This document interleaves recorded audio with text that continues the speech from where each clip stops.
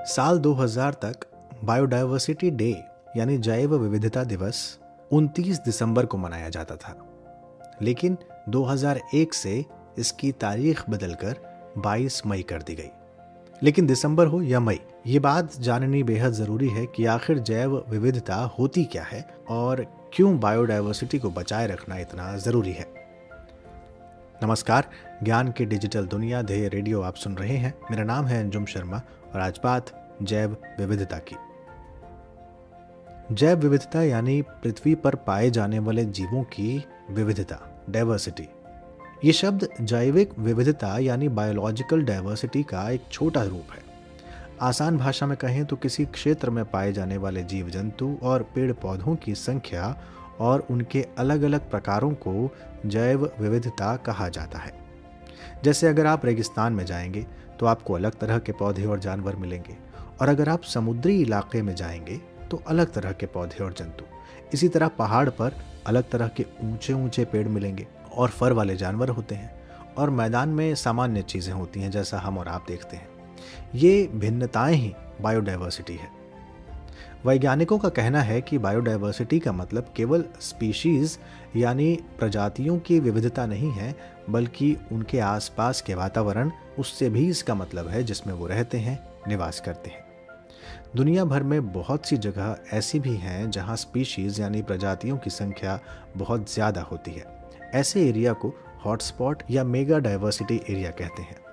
दुनिया भर के लगभग 60 से 65% पक्षी, जानवर, पेड़ पौधे इन्हीं क्षेत्रों में पाए जाते हैं। भारत की बात करें तो भारत में भी बहुत ज़्यादा बायोडाइवर्सिटी पाई जाती है। भारत में जो क्षेत्र जैव विविधता की दृष्टि से हॉटस्पॉट हैं, उनमें इंडो बर्मा क्षेत्र, हिमालयन रीजन, पश्चिमी घाट और सुंडालैंड यानी निकोबार द्वीप का भाग आता है। हॉटस्पॉट में वैश्विक जैव विविधता का कुल 17% भाग भारत के पास है। भारत दुनिया के टॉप 10 और एशिया के टॉप 4 देशों में शामिल है, जहां 90,000 से ज़्यादा जीवों की प्रजातियां हैं। ऐसे ही कई फूल वाले पौधों की प्रजातियां हैं। पूरी दुनिया की लगभग 5% से ज़्यादा प्रजातियां भारत में ही मिलती हैं। दरअसल भारत के उत्तर में हिमालय, दक्षिण में हिंद महासागर, पूर्व में बंगाल की खाड़ी और पश्चिम में अरब सागर है। भारत में जलवायु और अलग अलग क्षेत्रों की स्थलाकृतियों में भिन्नता भी है, जिसकी वजह से उसकी इकोलॉजी में भी डाइवर्सिटी दिखाई देती है। अपनी इन्हीं सब विशेषताओं के कारण भारत बायोडाइवर्सिटी के नज़रिए से एक बेहद समृद्ध देश है। वैसे जैव विविधता कई तरह की होती है। पहली तो होती है जीन के आधार पर।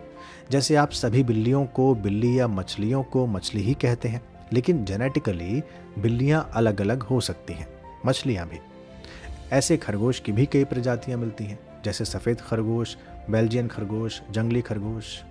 या खाने की बात करें तो गेहूं, टमाटर, आलू में भी विविधता होती है। दूसरी तरह की डाइवर्सिटी होती है प्रजाति की, यानी एक ही जगह पर सांप भी है, मेंढक भी, हाथी भी, घोड़ा भी, बिल्ली भी।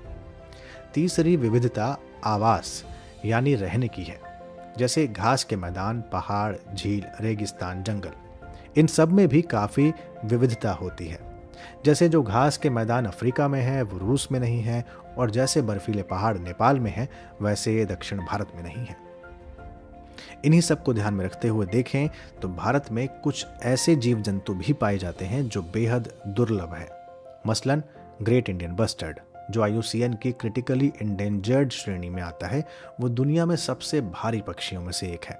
इनके अलावा आंध्र प्रदेश का स्थानिक पक्षी जर्दन कॉर्सर है, मध्य प्रदेश, महाराष्ट्र में देखे जाने वाला फॉरेस्ट आउलेट, उत्तर पूर्व के कुछ राज्यों में अत्यंत दुर्लभ सफ़ेद पेट वाला बगुला, अरुणाचल में पाई जाने वाली उड़ने वाली नामदाफा गिलहरी, तमिलनाडु के घाट पर पाए जाने वाले लार्ज रॉक रैट, पश्चिमी घाट में मिलने वाला Malabar civet, lion tailed macaque, Nilgiri Tahir.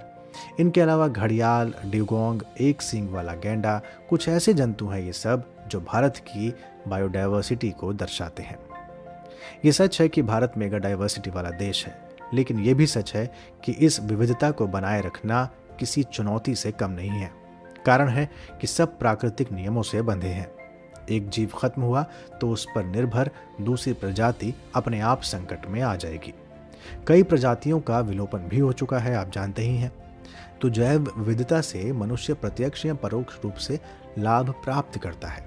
आप जानते हैं, मानव को जीव जंतु, वनस्पति, इन सब से भोजन, आवास के लिए ज़रूरी संसाधन, औषधि आदि की प्राप्ति तो होती ही है, साथ ही ये साइंटिफिक रिसर्च यानी वैज्ञानिक अनुसंधान और इनोवेशन के लिए भी ज़रूरी संसाधन उपलब्ध कराते हैं। ये बायोडायवर्सिटी ही पृथ्वी पर जीने का एक आधार देती है। सौंदर्य की दृष्टि से तो इसका अपना महत्व है ही, लेकिन सामाजिक और आर्थिक तौर पर भी इसकी उपयोगिता है। प्रदूषण, जनसंख्या वृद्धि, जानवरों का अवैध शिकार, उनकी तस्करी, कृषि क्षेत्र का विस्तार, आवासों को नष्ट करना, जलवायु परिवर्तन, ये कुछ ऐसे कारण हैं जिनसे बायोडायवर्सिटी को खतरा पहुंच रहा है। कहते हैं कि पृथ्वी पर जीव जंतु, पेड़ पौधे आदि की संख्या लाखों में नहीं करोड़ों में है।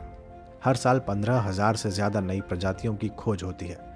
भारत का पश्चिमी घाट तो ऐसी खोज के लिए विख्यात है।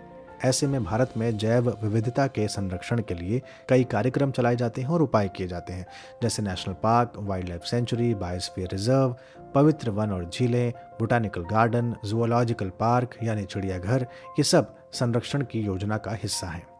तो अगली बार जब भी आप इनमें से किसी स्थान पर जाएं या आसपास जीव जंतु और पेड़ पौधे देखें, तो याद रखिएगा कि ये सब हमारी बायोडायवर्सिटी का भाग है और इनका संरक्षण हमारी भी जिम्मेदारी है। तो ये था आज का ध्येय पॉडकास्ट। और अब आज का सवाल। लेकिन पहले मैं पिछले पॉडकास्ट का आपको जवाब बताता हूँ। पिछली बार मैंने आपसे पूछा था कि सेकंड ARC किसकी चेयरमैनशिप में हुई थी, यानी उसके अध्यक्ष कौन थे। तो आप में से बहुत से, लगभग सभी लोगों ने सही जवाब दिया कि उसके अध्यक्ष थे M वीरप्पा मोइली। और अब आज का सवाल। आज का सवाल ये है कि कन्वेंशन ऑन बायोडायवर्सिटी की 15वीं मीटिंग यानी COP15 जो 2020 में होने वाली थी, वो अब 2021 में होगी। ठीक, किस जगह पर होगी आपको मुझे ये बताना है। कन्वेंशन ऑन बायोडायवर्सिटी की कॉन्फ्रेंस ऑफ पार्टीज 15 COP15 किस जगह पर होगी, किस देश में होगी, आपको बताना है वो स्थान। अपने उत्तर आप कमेंट बॉक्स में हमें दे सकते हैं। इसका जवाब मैं आपको अगले पॉडकास्ट में बताऊंगा। ये पॉडकास्ट आप ध्येय IAS की वेबसाइट पर भी सुन सकते हैं।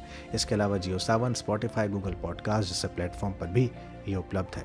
अगले पॉडकास्ट के साथ जल्द हाजिर होंगे। तब तक के लिए ख्याल रखिए। नमस्कार।